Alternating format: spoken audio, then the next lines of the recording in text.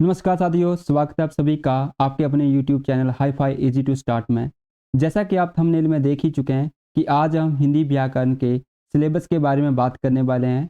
इस सिलेबस के माध्यम से हम यह जानेंगे कि हमने क्या क्या पढ़ना है और हमारे किस एग्ज़ाम के लिए ये आपके पर्पज़ से इम्पोर्टेंट रहेंगे। तो इसी के साथ हम अपने पहले टॉपिक पे आते हैं। तो हमारा पहला टॉपिक रहेगा कि वर्ण रचना। तो सबसे पहले बच्चों हम जानेंगे कि वर्ण क्या होता है। तो बच्चों वर्ण यानी कि भाषा की सबसे छोटी से छोटी इकाई को हम क्या बोलेंगे बच्चों, वर्ण बोलते हैं। और इन वर्णों के कभी भी हम टुकड़े नहीं कर सकते हैं। अगर मैं बात करूं कि वर्णों की कुल संख्या कितनी होती है, तो इनकी कुल संख्या होती है बच्चों 52 होती है। बच्चों अ से लेके ग तक के जितने भी वर्ण होते हैं उनकी संख्या की बात करेंगे तो कितनी संख्या रहेगी, 52 रहेंगी। तो बच्चों ये भी ध्यान में रखना। और इसी के साथ बच्चों अगर वर्णों के समूह को भी हम क्या बोलते हैं बच्चों, वर्णमाला बोलते हैं। तो बच्चों ये हम वर्ण रचना के टॉपिक में क्या क्या कवर करने वाले हैं। तो बच्चों यहाँ पे वर्ण रचना के आधार पर यानी कि इसके 3 भेद रहते हैं, उच्चारण के आधार पर, वायु संवेग के आधार पर और तारत्व या फिर प्रकम्पन के आधार पर। जब हम इस टॉपिक के अंदर जाएंगे तो बच्चों हम इसमें स्वर पढ़ेंगे, व्यंजन भी पढ़ेंगे, स्वरों की संख्या के बारे में बात करेंगे और 33 व्यंजन जो रहते हैं उनके बारे में हम डिस्कशन करेंगे। साथ ही हम देखेंगे कि हमारे कुल 52 वर्ण किस प्रकार से बनते हैं। और जब हम स्वरों के बीच में जाएंगे तो बच्चों यहाँ पे हम ह्रस्व स्वर, दीर्घ स्वर और संयुक्त स्वर के बारे में भी जानेंगे, साथ में प्लुत स्वर। इसी प्रकार से जब हम व्यंजन पढ़ेंगे बच्चों तो व्यंजन के अंदर हम स्पर्श, अंतस्थ, ऊष्म, संयुक्त व्यंजन और द्विगुण व्यंजन के बारे में जानेंगे। तो बच्चों इस सारे टॉपिक को हम डिटेल से पढ़ने वाले हैं अपने इस टॉपिक के अंदर, वर्ण रचना के अंदर। तो बच्चों हम जल्दी से अगले हम अपने टॉपिक की ओर चलते हैं। हमारा दूसरा टॉपिक रहेगा बच्चों वर्ण उच्चारण स्थान। बच्चों नाम से ही पता चलता है कि ये आपका जैसे बोला जाए कि किसी भी वर्ण के उच्चारण के लिए हमें किसी न किसी मुख के विभिन्न स्थानों का हमें भाग लेना पड़ता है। तो बच्चों मुख के जिस भाग से वर्ण का उच्चारण किया जाता है वो भाग उस वर्ण का उच्चारण स्थान कहलाता है। बच्चों क्या कहलाता है, वो उस वर्ण का उच्चारण स्थान कहलाता है। तो बच्चों जब हम इसके टॉपिक के अंदर आएंगे तो उसमें हम पढ़ेंगे कि कौन कौन सी ध्वनियाँ हमारे किस मुख के भाग से बोली जाती है। जैसे बच्चों तालु, मुर्दा, औस्ट आपका हो गया। बच्चों इन सभी के बारे में हम इसमें डिटेल से पढ़ने वाले हैं। तो बच्चों अगला टॉपिक हमारा रहेगा शब्द रचना। बच्चों नाम से पता चलता है कि शब्द। तो बच्चों सबसे पहले जानते हैं कि शब्द होता क्या है। बच्चों जब भी हम दो वर्ण आपस में जोड़ते हैं इनको, तो बच्चों किसका निर्माण करते हैं, हम शब्द का निर्माण करते हैं। तो बच्चों ये जो शब्द का निर्माण होता है इसका भी कोई ना कोई अर्थ होना चाहिए, सार्थक अर्थ होना चाहिए। तो बच्चों उसी को हम क्या बोलेंगे, शब्द बोलेंगे। बच्चों जब इस टॉपिक के अंदर हम आएंगे तो इसमें हम देखेंगे कि इसके कितने भेद रहते हैं। तो बच्चों इसके नॉर्मली हम 2 भेद पढ़ते हैं, एक सार्थक भेद होते हैं और दूसरे हमारे होते हैं निरर्थक भेद। अब जब हम सार्थक शब्दों में आते हैं तो सार्थक शब्दों के आगे हम 4 भेद पढ़ते हैं। बच्चों कितने भेद पढ़ते हैं, सार्थक शब्दों के 4 भेद पढ़ेंगे। इसमें भी डिटेल से हम जब पढ़ेंगे तो इसमें हम देखेंगे कि रचना के आधार पर शब्दों के कितने भेद रहते हैं। तो बच्चों यहाँ पे 3 हैं। और बच्चों जब इसी प्रकार से जन्म या उत्पत्ति के आधार पर पूछा जाएगा तो आपके कितने भेद रहेंगे, बच्चों 5 भेद रहते हैं। इसी प्रकार से जब अर्थ के माध्यम से पूछे जाएंगे तो बच्चों आपके कितने भेद रहेंगे, 6 भेद रहते हैं। इसी प्रकार से प्रयोग के आधार पर पूछा जाता है, विकारी शब्द होते हैं बच्चों। विकारी सबसे इंपॉर्टेंट आपके एग्जाम के पर्पज से। बच्चों इसको भी हम डिटेल से अपने इस टॉपिक के अंदर कवर करने वाले हैं। इसके बाद हम चलते हैं अगले टॉपिक की ओर। हमारा अगला टॉपिक रहेगा बच्चों वाक्य रचना। बच्चों ये भी आपका सेम शब्द रचना की तरह ही है। जिस प्रकार से शब्दों का निर्माण होता है उसी प्रकार से हम वाक्यों का निर्माण करते हैं। यानी कि जब भी हमारे 2 शब्द आपस में मिलते हैं तो हम मिलते हैं या फिर उसका जब निर्माण करते हैं तो हम किसका निर्माण करेंगे बच्चों, वाक्य का निर्माण करेंगे। तो बच्चों इस टॉपिक के अंदर जब हम आएंगे तो हम क्या पढ़ने वाले हैं, इस टॉपिक में भी हम इसके भेद के बारे में जानेंगे, अर्थ के आधार पर, रचना के आधार पर और तीसरा रहेगा हमारे पास प्रयोग के आधार पर। तो बच्चों इसमें भी हम डिटेल से पढ़ने वाले हैं कि अर्थ के आधार पर कौन कौन से भेद रहते हैं। बच्चों इसमें 8 भेद होते हैं।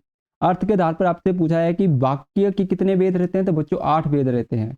इसी प्रकार से अगर आपसे पूछा जाए कि रचना के आधार पर वाक्य रचना के कितने भेद होते हैं या फिर वाक्यों के कितने भेद रहते हैं, तो बच्चों 3 भेद रहते हैं। ये भी नाम आपको पता होने चाहिए। सबसे एग्जाम के पर्पज से देखा जाए तो ये सबसे इंपॉर्टेंट रहेगा। तो सरल वाक्य होते हैं, संयुक्त वाक्य होते हैं, मिश्र वाक्य होते हैं। इसी के बाद हम पढ़ेंगे बच्चों इसी में कि प्रयोग के आधार पर वाक्य रचना के कितने भेद रहते हैं। तो इसमें भी बच्चे 3 भेद रहते हैं। कृतवाच्य, बच्चे इन्हें वाच्य परिवर्तन भी कहते हैं। कृतवाच्य, कर्म वाच्य और भाववाच्य रहते हैं आपके बच्चों। इसी के साथ हम अगले टॉपिक पे आते हैं हमारे। तो बच्चों अगला टॉपिक है हमारे पास संज्ञा। तो बच्चों ये संज्ञा क्या है बच्चों, सबसे पहले इसकी डेफिनेशन से हम क्लियर करते हैं कि संज्ञा होती क्या है। तो बच्चों हमारे आसपास अनेक वस्तुएं होती हैं, जैसे कि मैं अगर आपके समक्ष बताना चाहूँ, पेड़ पौधे, सड़क, वाहन, लोग, घास, स्कूल, बैंक आदि, ये बच्चों क्या रहते हैं हमारे पास। कुछ एग्जाम्पल है हम देखें हैं बच्चों, तो जो भी हम जैसे हम बोले मनुष्य भी हमारी इसी संज्ञा के अंदर आते हैं, और कुछ जानवर या अन्य जीव भी हमारी इसी संज्ञा के अंतर्गत पाए जाते हैं। बच्चों एक क्वेश्चन है यहाँ पे कि आपने इन्हें कैसे जाना है। तो बच्चों आपका आंसर रहेगा कि हमने इनको किस प्रकार से जाना है, इनके नाम से जानते हैं हम। बच्चों किसके नाम से जानते हैं, इनके नाम से इन्हें जानते हैं। तो बच्चों हमारे पास जो कुछ भी होता है उसका कुछ ना कुछ नाम है, और हिंदी व्याकरण में इसी नाम वाले शब्द को हम क्या बोलेंगे बच्चों, संज्ञा कहते हैं। साधारणतः बच्चों हमने इसकी डेफिनेशन में पढ़ते हैं कि किसी भी प्राणी, व्यक्ति, वस्तु, स्थान, भाव और गुण के नाम को हम क्या बोलते हैं बच्चों, संज्ञा बोलते हैं। बच्चों जब हम संज्ञा के बारे में पढ़ते हैं, तो बच्चों इसके संज्ञा के भेद में पूछे जाते हैं कि संज्ञा के 5 भेद होते हैं। तो इसके 5 भेद हैं बच्चों, आपके जातिवाचक संज्ञा आती है, व्यक्तिवाचक संज्ञा, भाववाचक संज्ञा, समूहवाचक संज्ञा आती है, और द्रव्यवाचक संज्ञा आती है। तो बच्चों इसके भेद पूछे जाएंगे, तो कितने भेद हैं, इसके 5 भेद हैं। बच्चों यहाँ से क्वेश्चन बनते हैं, आपको एग्जाम्पल में पूछा जाता है कि ये यहाँ पे जैसे मैं एग्जाम्पल लिखूं कि लड़का कौन सी संज्ञा है, तो बच्चों इसमें इस प्रकार से क्वेश्चन बनते हैं। तो बच्चों ये आपको पता होना चाहिए, ये आपकी जातिवाचक संज्ञा में आता है, जातिवाचक संज्ञा में। बच्चों इस प्रकार के हम जो एग्जाम के पर्पज से जो इंपॉर्टेंट क्वेश्चंस रहेंगे वो हम इस टॉपिक में कवर करने वाले हैं। तो बच्चों अगले टॉपिक पे आते हैं कि अगला टॉपिक हम क्या पढ़ने वाले हैं। तो बच्चों अगला टॉपिक हमारा रहेगा सर्वनाम। बच्चों सर्वनाम क्या है, नाम से थोड़ा सा यहाँ पे डिटेल में थोड़ा सा हम देखते हैं कि सर्वनाम होता क्या है। बच्चों नॉर्मली हम देखते हैं कि जहाँ पर भी हम संज्ञा की जगह पे, बच्चों यानी कि जो हम संज्ञा के स्थान पर प्रयुक्त करते हैं जिन शब्दों को, उन्हें हम सर्वनाम बोलते हैं। तो बच्चों ये अगर हम पूछें कि कितने प्रकार के रहते हैं, तो ये हमारे पास 6 टाइप के रहेंगे। कौन कौन से हैं बच्चों, आपका पुरुषवाचक आपका सर्वनाम रहता है, निजवाचक, निश्चयवाचक और अनिश्चयवाचक। इसी के साथ हमारा अगला है संबंधवाचक और प्रश्नवाचक। चलिए बच्चे चलते हैं अगले वाले टॉपिक की ओर। अगला टॉपिक का नाम है बच्चों क्रिया। बच्चों जिस शब्द से हमें किसी काम के करने या होने का पता चलता हो उसे हम क्या बोलते हैं बच्चों, क्रिया बोलते हैं। अगर बच्चों हम क्रिया के अगर भेदों के बारे में बात करें तो इनके कितने भेद रहते हैं, मुख्यतः आपके 2 भेद रहने वाले हैं। तो बच्चों कौन कौन से, आपके कर्म के आधार पर और आपका प्रयोग के आधार पर। जब हम कर्म के आधार पर डिटेल से पढ़ने वाले हैं तो इसमें हम पढ़ेंगे कर्म क्रिया है, और दूसरी है हमारे पास अकर्म क्रिया। बच्चों कर्म क्रिया के भी आगे 2 टाइप्स रहते हैं, ये आपके कर्म क्रिया और द्विकर्मक। बच्चों इस सारे टॉपिक को हम इस वाले टॉपिक में हम कवर करने वाले हैं, थोड़ी डिटेल से पढ़ेंगे इसको भी। चलिए चलते हैं अगले वाले टॉपिक की ओर। तो बच्चों अगला टॉपिक रहेगा हमारे पास विशेषण, विशेष्य और आपका प्रविशेषण। बच्चों थोड़ा सा नाम से इनमें कवर करते हैं कि विशेषण होते क्या हैं। बच्चों नॉर्मली विशेषण संज्ञा या फिर सर्वनाम की जो विशेषता बताने का काम करते हैं उन्हें हम विशेषण बोलते हैं। इसी के साथ बच्चों पूर्व विशेषण क्या होते हैं, बच्चों जो विशेषण की विशेषता बता दे, किसकी बच्चों, विशेषण की विशेषता बता दे, उसे हम क्या बोलेंगे, प्रविशेषण। और बच्चों ये जो विशेष्य क्या रहता है, जो संज्ञा या सर्वनाम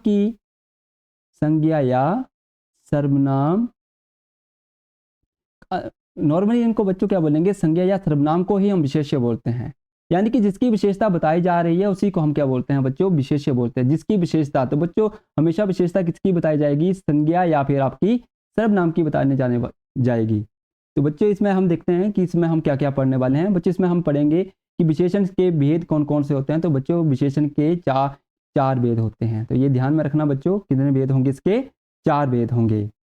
बच्चों यहाँ पे मैंने आपको बोला कि राम विशेषण और विशेष्य और प्रविशेषण रहते हैं। तो बच्चों यहाँ पे मैं आपको एग्जाम्पल के माध्यम से बताऊंगा कि क्या विशेषण होता है, क्या प्रविशेषण होता है और क्या आपका विशेष्य होता है। तो थोड़ा सा ध्यान में रखना यहाँ पे। जैसे मैं आपके समक्ष एक एग्जाम्पल लिखता हूँ, राम बहुत अच्छा गाना गाता है। बच्चों इस वाक्य में अगर आपसे पूछा जाए कि इसमें विशेषण क्या है, तो बच्चों यहाँ पे देखिए विशेषण क्या रहेगा बच्चों, आपका अच्छा। बच्चों ये क्यों है विशेषण आपका, तो बच्चों ये देखो विशेषता बता रहा है, किसकी विशेषता बता रहा है, गाने की, कि गाना कैसा है बच्चों, अच्छा है। तो ये किसकी विशेषता बताई जा रही है, गाना क्या रहेगा बच्चों, यहाँ पे आपका कर्म है बच्चों ये आपका, और ये कर्म कौन रहता है, आपका संज्ञा। तो ये बच्चों थोड़ा सा ध्यान में रखना। इसी के साथ अगर आपसे यहाँ पे पूछा जाए कि प्रविशेषण क्या है, तो बच्चों यहाँ पे प्रविशेषण आपका बहुत रहने वाला है। तो बच्चों ये किसकी विशेषता बता रहा है, इस विशेषण की विशेषता बता रहा है उसे हम क्या बोलते हैं बच्चों, प्रविशेषण। बच्चों अच्छा कैसा है, बहुत ही अच्छा है, तो यानी कि बहुत आपका यहाँ पे क्या हो जाएगा बच्चों, प्रविशेषण हो जाएगा। बच्चों यहाँ पे विशेष्य क्या रहेगा, बच्चों यहाँ पे देखो किसकी विशेषता बताई जा रही है, तो यहाँ की राम की विशेषता बताई जा रही है, यानी कि राम के बारे में बताया जा रहा है कि राम कैसा गाना गाता है, तो राम की विशेषता बताई जा रही है, तो यहाँ पे विशेष्य पूछा जाएगा तो राम यहाँ पे विशेष्य हो जाएगा। बच्चों चलिए चलते हैं अगले वाले टॉपिक की ओर। बच्चों अगला टॉपिक हम पढ़ने वाले हैं क्रिया विशेषण। बच्चों क्रिया विशेषण क्या होते हैं, सबसे पहले ये जान लेते हैं कि ऐसे शब्द जो किसी क्रिया की विशेषता बता रहे हैं और उन्हें हम क्या बोलेंगे बच्चों, क्रिया विशेषण बोलते हैं। बच्चों किसकी विशेषता बताएंगे, ये आपकी क्रिया की विशेषता बताने वाले हैं। बच्चों जैसे यहाँ पे पूछा गया है, जैसे एग्जाम में आपको किस तरह से क्वेश्चन मिलेगा, ये आपको इस तरह से मिलेगा। जैसे एग्जाम्पल लिखा गया है कि नल बूंद बूंद टपक रहा है, वाक्य में रेखांकित शब्द क्या है। तो बच्चों यहाँ पे जो ये रेखांकित किया गया है इसके बारे में पूछा गया है कि ये क्या है, तो बच्चों ये आपका क्या है, क्रिया विशेषण कहलाया जाता है। बच्चों यहाँ पे क्रिया क्या है आपकी, टपकना, यानी कि टपक रहा है तो टपकना। तो बच्चों वो कैसे टपक रहा है, तो वो बूंद बूंद टपक रहा है, या तेजी से टपक रहा है, या धीरे से टपक रहा है, तो वो इसकी विशेषता बता रहा है, यानी कि क्रिया की विशेषता है कि बूंद बूंद कैसे टपक रहा है, ये कैसे वो काम किस प्रकार से हो रहा है। यानी कि क्रिया क्या रहती है बच्चों, कि कोई कार्य के बारे में बताता है कि कार्य किस प्रकार से संपन्न किया जा रहा है, तो यानी कि यहाँ पे टपकने का कार्य किया जा रहा है, तो यानी कि कैसे वो टपक रहा है, तो वो बूंद बूंद से टपक रहा है, तो यानी कि क्रिया विशेषण में क्या हो जाएगा, ये आपका क्रिया विशेषण रहेगा बूंद बूंद आपका।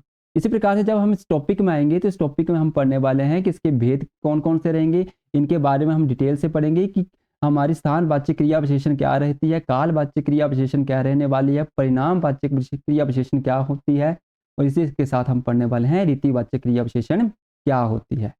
इसी के साथ बच्चों अगले टॉपिक की ओर आते हैं, तो अगला टॉपिक का नाम है बच्चों विराम चिन्ह।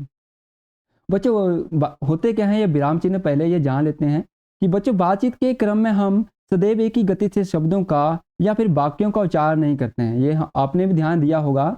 जैसे हम कई बार बोलते हैं, जैसे बीच बीच में हम अपने कथनों पर क्या करते हैं बच्चों, जोर देने या फिर अपने भावों को स्पष्ट करने के लिए थोड़ा थोड़ा रुकना पड़ता है, ताकि सामने वाले व्यक्ति को क्या हो, हमारी बात अच्छे से समझ में आ जाए। बच्चों यदि मैं बिना रुके भी बोलूं तो वो एक पाठ पढ़ने जैसा हो जाता है, जो शायद ही आपको भी समझ में आए। तो बच्चों ये लिखित भाषा में किस प्रकार से लिखा जाता है कि ताकि दूसरे वाले व्यक्ति को समझ में आ जाए, तो बच्चों उसके लिए हम क्या करते हैं, उचित ठहराव या फिर पॉज को दर्शाने के लिए हम क्या करते हैं बच्चों, विराम चिन्हों का उनमें प्रयोग करते हैं। तो बच्चों ये ध्यान रखना कि हम इन्हें कहाँ यूज करते हैं, लिखित भाषा में, ताकि हम बता पाएँ कि कहाँ पे हमें रुकना है, कितनी देरी रुकना है। तो वो उनको हम किस नाम से जानते हैं बच्चों, विराम चिन्हों के नाम से जानते हैं। अगर बच्चों मैं अगर बात करूं आपसे कि कुल विराम चिन्हों की संख्या कितनी होती है, अगर एग्जाम में पूछ ले तो कितनी रहती है बच्चों, संख्या 20 रहती है।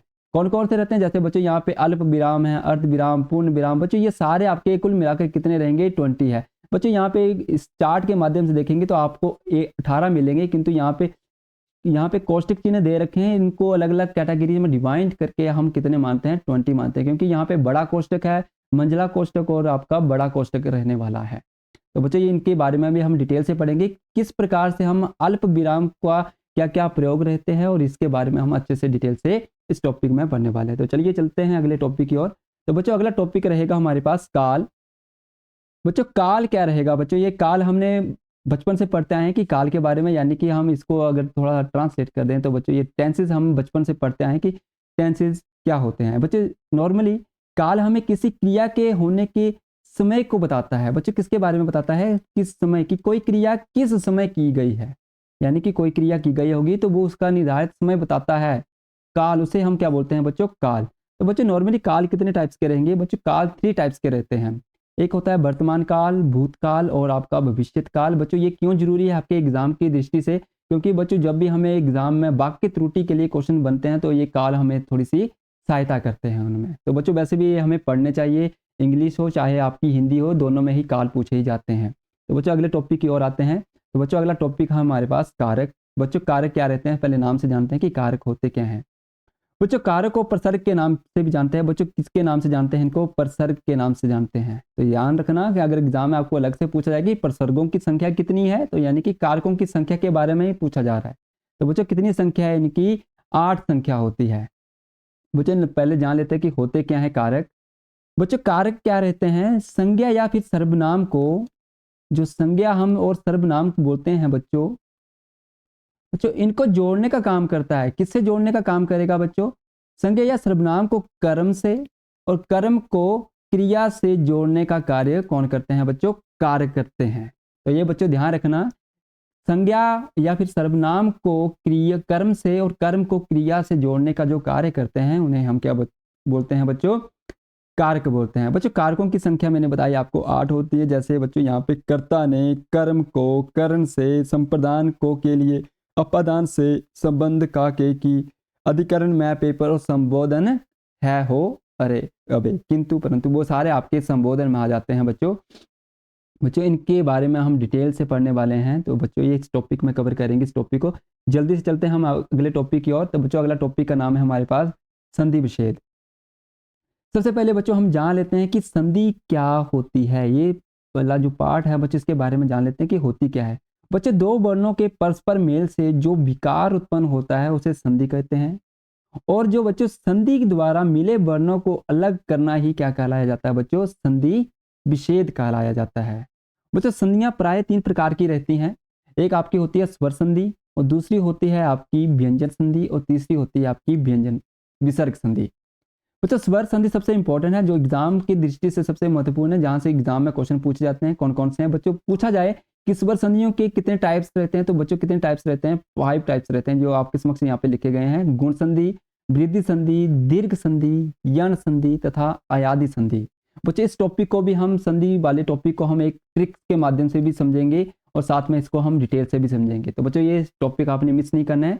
तो जल्दी से चलते हैं अगले टॉपिक की ओर। तो बच्चों अगला टॉपिक हमारा रहेगा लिंग परिवर्तन। सबसे पहले बच्चों जान लेते हैं कि ये लिंग होते क्या हैं। बच्चों पुरुष या स्त्री जाति का बोध कराने वाले शब्दों को ही हम क्या बोलते हैं? लिंग बोलते हैं। बच्चों एग्जाम में इस टॉपिक से 2 तरह के क्वेश्चंस बनते हैं। तो सबसे पहले देखते हैं कि किस किस तरह के टॉपिक बनते हैं। तो पहला है, आपको इस तरह से क्वेश्चन बनता है, निम्नलिखित में से कौन सा शब्द स्त्रीलिंग नहीं? आपको डायरेक्ट पूछा जाएगा कि कौन सा स्त्रीलिंग है और कौन सा स्त्रीलिंग नहीं, या फिर पुल्लिंग है या फिर आपका पुल्लिंग नहीं है। तो बच्चों क्या यहाँ पे इनमें से बताना, जो जरा आप भी थोड़ा गैस लगा के कि इनमें से कौन सा स्त्रीलिंग है और कौन सा पुल्लिंग है। तो बच्चों क्या पानी आपका स्त्रीलिंग है? नानी, कहानी, रानी, इनमें से पूछा गया है कि स्त्रीलिंग नहीं है। अब बच्चों क्या पानी, अब बच्चों इसको समझने के लिए एक ट्रिक रहती है, तो ये ध्यान में रखना क्या ट्रिक रहेगी। बच्चों इनके नाम के आगे हम कभी भी कोई विशेषण लगा दें। बच्चों क्या लगाना है? विशेषण लगाना है, ताकि हमें अंडरस्टैंड हो जाए कि ये आपका पुल्लिंग रहेगा या फिर स्त्रीलिंग। अब बच्चों विशेषण आप कुछ भी लगा सकते हैं, जैसे अच्छा, अच्छी, मेरा या फिर मेरी। बच्चों इस तरह के आप एक्सेट्रा जितने भी आप चाहें तो आप विशेषण लगा सकते हैं। जैसे बच्चों अगर आपको आंसर अच्छा से आता है तो बच्चों वो पुल्लिंग होगा, और अच्छी से आंसर आ जाता है तो बच्चों वो स्त्रीलिंग हो जाएगा। इसी प्रकार से मेरा आपका पुल्लिंग रहेगा और मेरी आपका स्त्रीलिंग हो जाएगा। जैसे बच्चों आपने कभी सुना है क्या, मेरा पानी होता है या मेरी पानी होता है? तो बच्चों हम अक्सर, चाहे स्त्री हो चाहे वो पुरुष हो, हमेशा क्या बोलेगा वो बच्चों? मेरा पानी बोलेगा। और नानी के लिए वो हमेशा, चाहे वो पुल्लिंग, चाहे वो आपका आदमी हो चाहे वो औरत हो, वो भी क्या बोलेगा नानी को? मेरी नानी, मेरी कहानी, मेरी रानी। तो यानी कि ये जो 3 है इन्हें हम स्त्रीलिंग बोलते हैं, ये स्त्रीलिंग में आते हैं, जबकि पानी आपका पुल्लिंग है। पानी क्या रहेगा बच्चों? पुल्लिंग। तो इसका राइट आंसर बच्चों ए रहने वाला है। और बच्चों दूसरी तरह से आपसे क्वेश्चन पूछा जाता है कि कवि का स्त्रीलिंग रूप क्या होगा। डायरेक्ट पूछा जाता है कि कवि का स्त्रीलिंग, यानी कि लड़का का स्त्रीलिंग क्या होगा। तो बच्चों ये आपने बचपन से पढ़ते आए हैं कि लड़का का लड़की होगा, ठीक है। इस प्रकार के आपसे क्वेश्चन पूछा जाता है। तो कवि का ये एग्जाम में कई बार आ चुका है बच्चों, तो इसका राइट आंसर सी रहेगा कवित्री। बच्चों यहाँ पे ध्यान रखना है, इसके आपके शुद्ध वर्तनी का भी ध्यान रखना है। आपको एग्जाम में पूछा जाता है कि शुद्ध वर्तनी क्या रहेगी, तो कवित्री इस प्रकार से लिखा जाता है। और इसके भेद के बारे में देखेंगे बच्चों इस टॉपिक के अंदर कि कौन कौन से भेद रहते हैं। आपके एक स्त्रीलिंग होता है और एक आपका पुल्लिंग रहता है। एक बच्चों एक उभयलिंग भी रहता है, उसके बारे में भी हम इस टॉपिक में पढ़ने वाले हैं कि उभयलिंग में किन किन को शामिल किया जाता है। तो बच्चों चलिए चलते हैं अगले टॉपिक की ओर। बच्चों अगला टॉपिक का नाम है पर्यायवाची शब्द। तो बच्चों पर्यायवाची सबसे पहले हम जान लेते हैं कि पर्यायवाची होते क्या हैं। तो बच्चों जो शब्द, बच्चों पर्यायवाची क्या रहेंगे, यानी कि वे शब्द जिनके अर्थ लगभग समान होते हैं उन्हें हम पर्यायवाची कहते हैं। बच्चों इनका नाम एक और भी है, समानार्थी। इन्हें क्या बोला जाता है बच्चों? समानार्थी शब्द भी बोला जाता है। तो बच्चों ये भी ध्यान रखना है, इन्हें क्या बोला जाता है? समानार्थी शब्द बोलते हैं। बच्चों ये होते क्या हैं, जैसे ही किस प्रकार के होते हैं, तो जैसे रात का अगर आपसे पूछा जाए कि पर्यायवाची क्या रहेगा, तो आपका रहेगा त्रियामा, रात को ही बोलते हैं त्रियामा। विभावरी, कृष्णदा, निशी, रात्रि, रजनी, निशा, यामिनी। इसी प्रकार से आंख के क्या क्या रहेंगे, अक्षी, लोचन, नयन, नेत्र, चक्षु इत्यादि ये वाले आपके क्या रहेंगे बच्चों, पर्यायवाची शब्द रहते हैं। बच्चों चलिए चलते हैं जल्दी से अगले टॉपिक की ओर। अगला टॉपिक है बच्चों मुहावरे। बच्चों अक्सर हमें मुहावरे हर एग्जाम में देखने को मिलते हैं, तो सबसे पहले नाम से जानते हैं कि मुहावरे होते क्यों हैं और ये एग्जाम की दृष्टि से क्यों महत्वपूर्ण है। बच्चों भाषा को रोचक और प्रभावपूर्ण बनाने के लिए जब हम वाक्य में किसी शब्द या शब्द समूह को उसका लाक्षणिक अर्थ ले लिया जाता है या उसे लाक्षणिक रूप में बदल दिया जाता है, तो उसे हम क्या बोलते हैं बच्चों, मुहावरे बोलते हैं। बच्चों उसे क्या बोलेंगे, मुहावरे बोलते हैं। बच्चों एग्जाम की दृष्टि से किस प्रकार से आपसे पूछा जाता है, जैसे आपसे पूछा जाएगा कि गंगा नहाना मुहावरे का सही अर्थ है। बच्चों यहाँ पे गंगा नहाना यानी कि सीधा अर्थ ना लेकर इसका क्या लिया जाएगा, लाक्षणिक रूप लिया जाता है, यानी कि लाक्षणिक जो अर्थ रहेगा वो वाला यहाँ पे लिया जाता है, ताकि भाषा को क्या बनाया जा सके बच्चों, रोचक या फिर उसको प्रभावशाली बनाया जा सके। तो बच्चों इसका सही अर्थ रहेगा कठिन कार्य को पूरा करना। तो बच्चों चलिए चलते हैं अगले वाले टॉपिक की ओर। तो अगला टॉपिक में हम पढ़ने वाले हैं बच्चों तत्सम तथा तद्भव शब्द। तो बच्चों यानी कि यहाँ से नाम से पता चलता है कि सम यानी कि समान, किसके समान बच्चों, संस्कृत के समान। बच्चों ऐसे शब्द जो संस्कृत के समान होंगे उन्हें हम क्या बोलते हैं बच्चों, तत्सम शब्द बोलते हैं। और इसी के साथ यानी कि संस्कृत, अब तद्भव क्या बोलते हैं बच्चों, तद्भव वे शब्द होते हैं जो संस्कृत के ऐसे शब्द हों जो अब हिंदी भाषा में परिवर्तित हो गए हों, उन्हें हम क्या बोलते हैं बच्चों, तद्भव बोलते हैं। यानी कि देखते हैं इनको तत्सम और तद्भव में किस प्रकार से कन्वर्ट करते हैं बच्चों, तत्सम और तद्भव में। जैसे बच्चों तत्सम क्या रहेगा आपका, आम्र रहता है और हिंदी में इसका क्या रूपांतरित कर दिया गया है अब आम। इसी प्रकार से जैसे अग्नि है तो अग्नि के लिए आग, अंधकार को अंधेरा हिंदी में है इसका। तो बच्चों ये सारी डिटेल हम इस तत्सम और तद्भव टॉपिक वाले में कवर करेंगे। बच्चों अगला टॉपिक का नाम है हमारे पास विलोम शब्द। बच्चों पहले जानते हैं कि विलोम शब्द होते क्या हैं, कि ऐसे शब्द जो परस्पर विपरीत अथवा उल्टा अर्थ देने वाले शब्दों को ही हम क्या बोलेंगे बच्चों, विलोम शब्द बोलते हैं। बच्चों जैसे दिन का रात, ये सारे हमारे क्या रहते हैं, जैसे दिन रात, अमृत का विष, अथ का इति, अंधकार का प्रकाश, अल्पायु का दीर्घायु, ये सारे हमारे क्या रहते हैं बच्चों, विलोम शब्द रहते हैं जो उसका उल्टा अर्थ देते हों। तो बच्चों इस वाले टॉपिक को भी हम अच्छे से डिटेल से हम इस टॉपिक में कवर करने वाले हैं। अब एग्जाम्पल की दृष्टि से देखते हैं कि आपको किस प्रकार से क्वेश्चंस बनने वाले हैं। तो ज्येष्ठ का विलोम शब्द आपको बताना है, कि पूछा जाता है कि ज्येष्ठ का विलोम शब्द क्या है, और कई बार एग्जाम में आ चुका है ये वाला। तो बच्चों ज्येष्ठ होता है बड़े को बोलते हैं, यानी कि या फिर हम बड़े भाई के लिए हम इंडिकेट करते हैं कि ज्येष्ठ, तो छोटे भाई के लिए हम अक्सर यूज कर देते हैं कनिष्ठ। तो बच्चों इसका राइट आंसर रहेगा कनिष्ठ।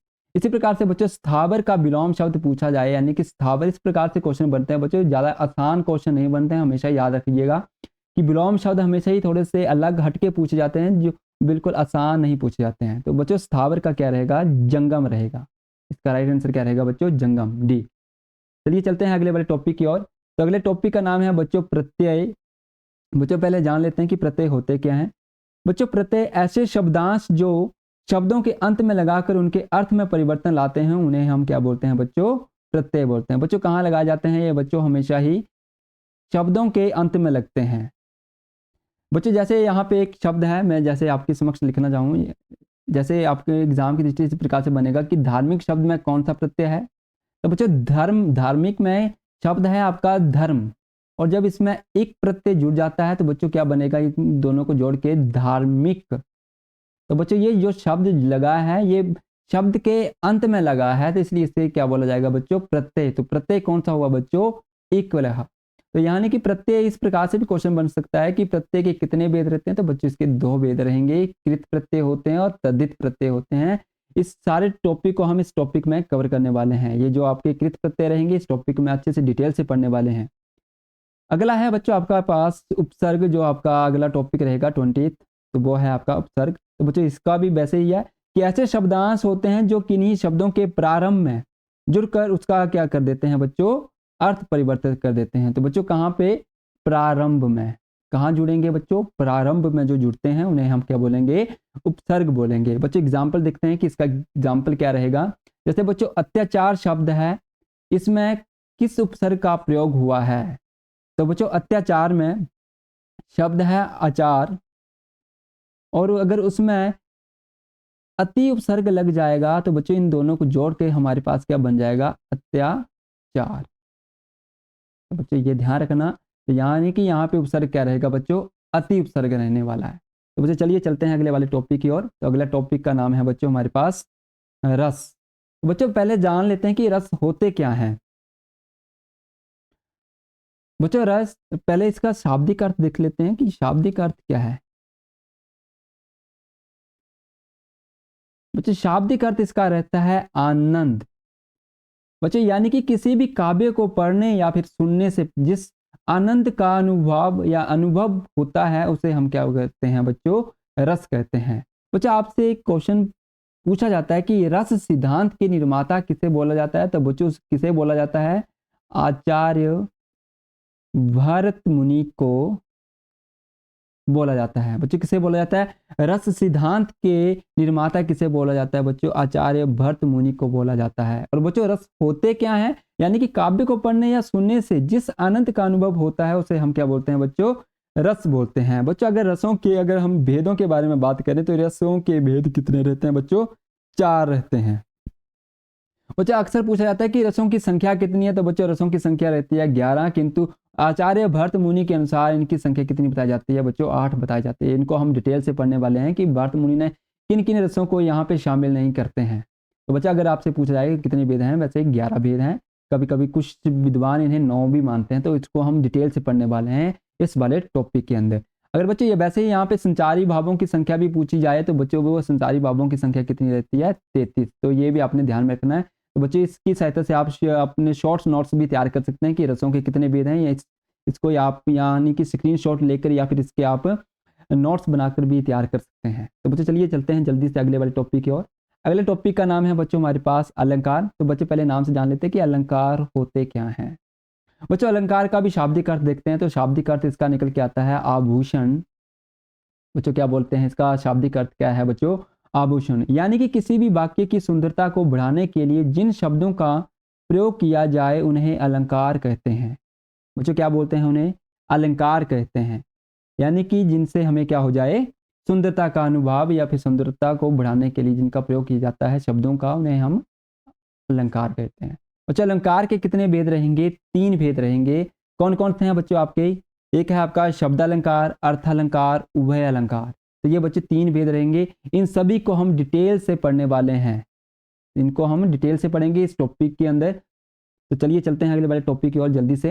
तो अगला टॉपिक का नाम है बच्चों हमारे पास वाक्य दोष। बच्चों होते क्या है ये वाक्य दोष? यानी कि बच्चों जब भी हम कोई भाषा को बोलते या फिर लिखते समय प्राय अनेक गलतियां करते हैं। तो बच्चों इन गलतियों के कारण ही हम क्या कहते हैं? अशुद्ध हम वर्तनी कर देते हैं। तो ये बच्चों ध्यान रखना कि ये अशुद्धियां किस किस प्रकार की रहेंगी। जैसे अगर मैं बोलूँ तो या तो हम लिंग परिवर्तन से करते हैं, या फिर हम वचन परिवर्तन, या फिर कारक या संज्ञा या सर्वनाम इत्यादि से हम क्या करते हैं बच्चों? अशुद्धियां करते हैं। तो बच्चों हमें इन्हीं अशुद्धियों के ऊपर क्या करना है? थोड़ा सा ध्यान देना है। तो बच्चों अगर हम अशुद्धियों के बारे में बात करें तो मैं आपके समक्ष एग्जाम्पल रखता हूँ कि हमारे एग्जाम में किस तरह का क्वेश्चन मिलेगा यहाँ पे। जैसे यहाँ पे है कि निम्नलिखित वाक्यों से मैं शुद्ध वाक्य कौन सा है। बच्चों यहाँ पे इन वाक्यों में आपको बताना है कि शुद्ध वाक्य कौन सा रहेगा। तो बच्चों यहाँ पे मैं जल्दी से आपको आंसर बताता हूँ कि इसका आंसर क्या रहने वाला है। तो बच्चों यहाँ पे इसका राइट आंसर रहेगा कि यहाँ गन्ने का ताजा रस मिलता है या बिकता है। तो बच्चों गन्ने का ताजा रस, तो बच्चों ताजा गन्ना नहीं होता है, ताजा रस बोल सकते हैं। ताजा गन्ना कोई भी नहीं होता है।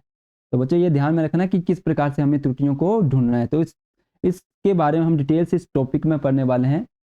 तो बच्चों अगर वाक्य दोष अगर हम देखेंगे कि कौन कौन से किस किस प्रकार से वाक्य दोष मिलते हैं, तो हमें मिलते हैं पदक्रम संबंधी अशुद्धियां मिलती हैं, अबंती संबंधी अशुद्धियां मिलती हैं, रूपांतरण या फिर रचनात्मक हमारी जो अशुद्धियां रहती हैं उन्हें हम देखेंगे, या फिर अन्य अशुद्धियां रहती हैं जैसे प्रसर्ग यानी कि कारकों के संबंधित जो अशुद्धियां रहने वाली हैं। तो बच्चों इस टॉपिक को भी हम डिटेल से पढ़ने वाले हैं इस टॉपिक की ओर। तो चलते हैं जल्दी से अगले वाले टॉपिक की ओर। तो अगला टॉपिक का नाम है बच्चों अनेकार्थी शब्द। बच्चों अनेकार्थी शब्द यानी कि ऐसे शब्द जिनके एक से अधिक क्या हो बच्चों अर्थ होते हैं उन्हें अनेकार्थी शब्द कहते हैं। बच्चों इन्हें पर्यायवाची समझने की भूल ना करें, क्योंकि ये पर्यायवाची शब्दों से क्या होते हैं बच्चों थोड़े से भिन्न रहते हैं। बच्चों बताता हूँ किस प्रकार से भिन्न रहते हैं। जैसे बच्चों यानी कि यहाँ पे एक शब्द दे रखा है बच्चों द्विज, बच्चों देखो द्विज नाम है एक किसी इसका, तो उसको कौन कौन से इसमें पाए जाते हैं? जैसे बच्चों अंडज को भी हम द्विज बोलेंगे, प्राणी को भी हम द्विज बोलते हैं, पक्षी को भी हम क्या बोलेंगे बच्चों? द्विज बोलेंगे, ब्राह्मण को भी द्विज बोलेंगे, चंद्रमा के लिए भी हम द्विज शब्द का यूज करते हैं, दांत का भी हम क्या कर देते हैं? द्विज बोलते हैं। बच्चों अनेकार्थी शब्द क्या जो हम पर्यायवाची बोलते हैं ना बच्चों, पर्यायवाची, इनको पर्यायवाची समझने की भूल ना करें। क्यों? क्योंकि बच्चों देखो जब हम प्राणी बोलते हैं ना, प्राणी में हम पक्षी को इंक्लूड नहीं करेंगे और पक्षी में हम ब्राह्मण को इंक्लूड नहीं करते हैं, यानी कि पर्यायवाची यानी कि समानार्थी होने चाहिए, ये आपस में समानार्थी नहीं है। इनमें बस एक कॉमन है बच्चों, वो क्या है आपका? द्विज। बस द्विज के अनेकार्थी नाम है इसके।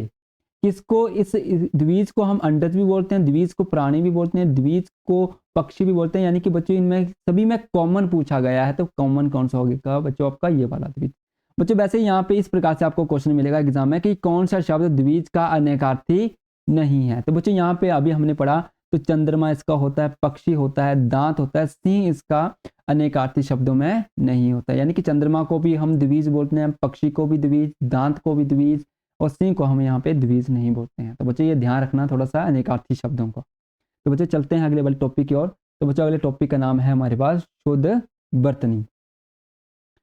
बच्चों शुद्ध वर्तनी क्या रहती है? यानी कि कई बार शब्द की वर्तनी या फिर हम जो कहते हैं स्पेलिंग, तो उसमें जरा सी त्रुटि होने से हमारे पूरे का पूरा अर्थ जो होता है उसका क्या हो जाता है बच्चों? अनर्थ हो जाता है। तो बच्चों ये ध्यान रखना, क्या हो जाएगा? अनर्थ हो जाएगा। तो बच्चों एग्जाम की दृष्टि से देखते हैं कि हमें किस किस प्रकार से क्वेश्चन मिलने वाले हैं। तो बच्चों यहाँ पे शुद्ध वर्तनी वाला शब्द आपको बोला गया है कि इनमें से ढूंढना है कि शुद्ध वर्तनी वाला कौन सा शब्द है। तो बच्चों सबसे इंपॉर्टेंट, आपको कई बार एग्जाम में पूछा जा चुका है कि ज्योत्सना किस प्रकार का आपका ये शब्द रहेगा। तो बच्चों ज्योत्सना किस प्रकार से लिखा जाता है? आधा ज रहता है बच्चों, आधा त, आधा स और पूरा न आएगा, इस प्रकार से लिखा जाता है। तो बच्चों यहाँ पे राइट आंसर रहेगा वी, ज्योत्सना इस प्रकार से लिखा जाता है। बच्चों इसी प्रकार से उज्ज्वल में आपसे पूछा जाता है कि उज्ज्वल किस प्रकार से लिखा जाता है। तो बच्चों उज्ज्वल इस प्रकार से लिखा जाता है, दोनों ही आधे आधे ज। और कवित्री तो कई बार बच्चों आपसे पूछा जा चुका है एग्जाम में कि उसकी शुद्ध वर्तनी क्या रहेगी। तो बच्चों यहाँ पे थोड़े से मैंने लिखे हैं, अगर आप शॉर्ट्स नोट्स बना रहे हैं तो साथ में आपको ये हेल्पफुल रहेंगे। बच्चों चलते हैं जल्दी से अगले बड़े टॉपिक की ओर। बच्चों अगला टॉपिक है हमारे पास हिंदी भाषा की बोलियां। हिंदी भाषा तथा उसकी जो बोलियां रहती हैं वो क्या रहती हैं?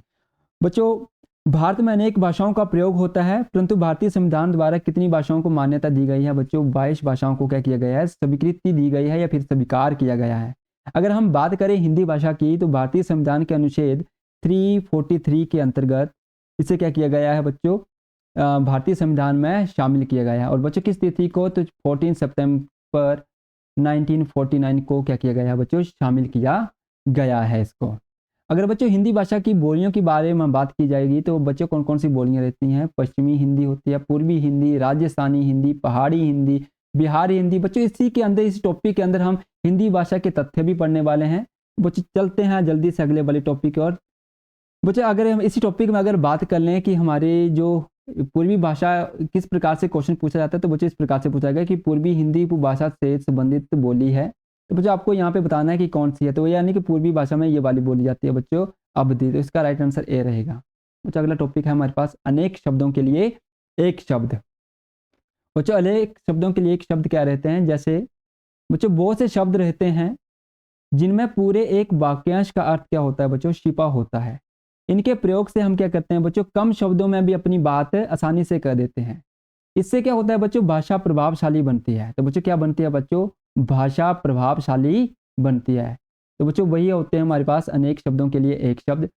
बच्चों एग्जाम में जैसे पूछा जाए कि जो कहा ना जा सके उसे क्या बोला जाएगा? बच्चों जो कहा ही ना जा सके उसे क्या बोलते हैं? अकथनीय बोलते हैं। बच्चों यहाँ पे कुछ लिखे गए हैं आपके लिए अनेक शब्दों के लिए एक शब्द, तो ये थोड़ा सा नोट डाउन कर लेना। जो अगला टॉपिक है हमारे पास समोच्चारित। बच्चों समोच्चारित शब्द क्या रहते हैं? बच्चों कुछ शब्द क्या होते हैं? सुनने या फिर पढ़ने में एक जैसे लगते हैं, किंतु उनके अर्थ क्या रहते हैं बच्चों? भिन्न भिन्न होते हैं। उन्हें हम बच्चों क्या बोलेंगे? समोच्चारित शब्द कहते हैं। बच्चों जैसे देखिए यहाँ पे जो एक जैसे रहेंगे, जैसे व्यंजन और व्यंजन में अंतर है। बच्चों यहाँ पे बिंदी लगाई गई है इसमें, और उनका अर्थ क्या है बच्चों? अलग अलग है। व्यंजन का मतलब होता है बच्चों पंखा, और जब बिंदी लगा दी जाएगी ऊपर व्यंजन पकवान होता है। इसी प्रकार से बच्चों वृत्त है और एक आपका व्रत है, दोनों एक जैसे हैं। ब्याज और ब्याज है आपका, इसी प्रकार से बच्चों आदि और आदि में भी क्या होता है बच्चों, आदि आपका प्रारंभ एक से अधिक के लिए भी यूज करते हैं, और जब आदि हो जाते हैं किसी आदत के लिए तो उसका भी उच्चारण यानी कि समुच्चारित शब्द इस प्रकार से रहेंगे, जिनका उच्चारण एक जैसा होता है और बल्कि उनका अर्थ क्या होगा बच्चों, अलग अलग रहते हैं। तो ये ध्यान में रखना बच्चों आप कि समुच्चारित क्या रहते हैं। बच्चों अगला टॉपिक है हमारे पास समास। बच्चों समास का अर्थ होता है संक्षेपीकरण करना। बच्चों क्या रहेगा, संक्षेपीकरण करना, यानी कि संक्षिप्त में उसको प्रस्तुत करना। बच्चों समास में संक्षेपीकरण का नया शब्द बनाया जाता है, याद रखिएगा नया शब्द बनाया जाता है। जैसे रसोई घर है, घुड़सवार है बच्चों, यानी कि यहाँ पे दो या दो से अधिक शब्दों से मिलकर जो बने हुए सार्थक और संक्षिप्त रूप शब्द को ही हम क्या बोलेंगे बच्चों, समास कहते हैं। बच्चों क्या बोलते हैं उसको, समास बोलेंगे, याद रखिएगा बच्चों। बच्चों समास के भेद आपसे पूछे जाते हैं कि कितने रहते हैं, तो बच्चों इनके समास के भेद रहते हैं 6 भेद रहते हैं। कौन कौन से हैं बच्चों, अव्ययभाव समास है, तत्पुरुष समास है आपके पास, कर्मधारय, द्विगु समास है, द्वंद्व समास है, बहुब्रीहि समास है। तो बच्चों इनकी संख्या कितनी है, 6 है। बच्चों इनको भी हम डिटेल से हम अपने इस टॉपिक में कवर करेंगे। बच्चों जल्दी से चलते हैं अगले वाले टॉपिक की ओर। तो बच्चों अगले टॉपिक का नाम है बच्चों आपका कवि की रचनाएं। बच्चों विभिन्न प्रतियोगी परीक्षाओं में अक्सर हिंदी के प्रमुख लेखक और उनकी रचनाओं के संबंध में क्वेश्चंस पूछे जाते हैं, जिन्हें के हम क्या करेंगे बच्चों, इस टॉपिक में कवर करने वाले हैं। तो बच्चों ज़्यादातर किस प्रकार के कवियों के बारे में पूछा जाता है, जैसे सूरदास, तुलसीदास, मोहम्मद मलिक मोहम्मद जायसी है, मैथिली शरण गुप्त की रचनाएं हैं, रामधारी सिंह दिनकर है, महादेवी वर्मा इत्यादि। इन सभी कवियों के बारे में क्या किया जाता है बच्चों, पूछा जाता है कि इनकी कौन कौन सी इंपॉर्टेंट रचनाएं हैं। बच्चों वो सारी रचनाएं हम किस टॉपिक में कवर करेंगे, इस वाले टॉपिक में कवर करेंगे, कवि रचनाओं वाले में। तो बच्चों अगले टॉपिक पे आते हैं। अगले टॉपिक का नाम है बच्चों आपका गद्यांश। बच्चों पहले जान लेते हैं कि गद्यांश रहते क्या है और एग्जाम में क्यों पूछे जाते हैं। बच्चों कभी कभी परीक्षाएं क्या करती हैं कि ऐसा गद्यांश दे देती हैं जिसमें हम क्या करते हैं, अब कभी भी हमने क्या किया हो, अपनी पाठ्य पुस्तक में ना पढ़ा हो, उन्हीं को क्या बोलते हैं बच्चों, अपठित गद्यांश बोलते हैं। बच्चों क्या बोलेंगे उन्हें, अपठित गद्यांश। बच्चों इस प्रकार के जब गद्यांश हमें एग्जाम में दिए जाते हैं तो उन पर क्या किया जाता है बच्चों, उन पर आधारित क्वेश्चन पूछे जाते हैं, और वो बच्चों उनके उत्तर क्या होते हैं, इन्हीं गद्यांशों में क्या होते हैं, छिपे हुए होते हैं। तो बच्चों ये भी ध्यान रखना है उनके उत्तर हमें कहाँ खोजने हैं। जैसे यहाँ पे एक आपके समक्ष एग्जाम्पल है, तो इनके उत्तर कहाँ पे खोजने हैं, हमें इसी में खोजेंगे। बच्चों ऐसे गद्यांश को करने के लिए हम आपको क्या करेंगे, एक बेस्ट अप्रोच बताएंगे, और कि किस किस प्रकार से ये वाले किए जाते हैं, जल्दी से सॉल्व किस प्रकार से किए जाते हैं।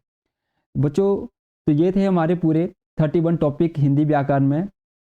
तो ये ध्यान रखना कि कितने टॉपिक हमारे पास, 31 टॉपिक हैं, तो ये भी थोड़ा सा ध्यान रखना। बच्चों मुझे आशा है कि आपको ये वीडियो से जितनी भी संपूर्ण हिंदी के सिलेबस के बारे में जो जानकारी मैंने आपको दी है वो आपको अच्छी लगी हो। अगर आपको ये वीडियो अच्छी लगी हो तो इसको लाइक कीजिएगा, शेयर कीजिएगा। इस तब तक के लिए बच्चों जय हिंद, जय भारत।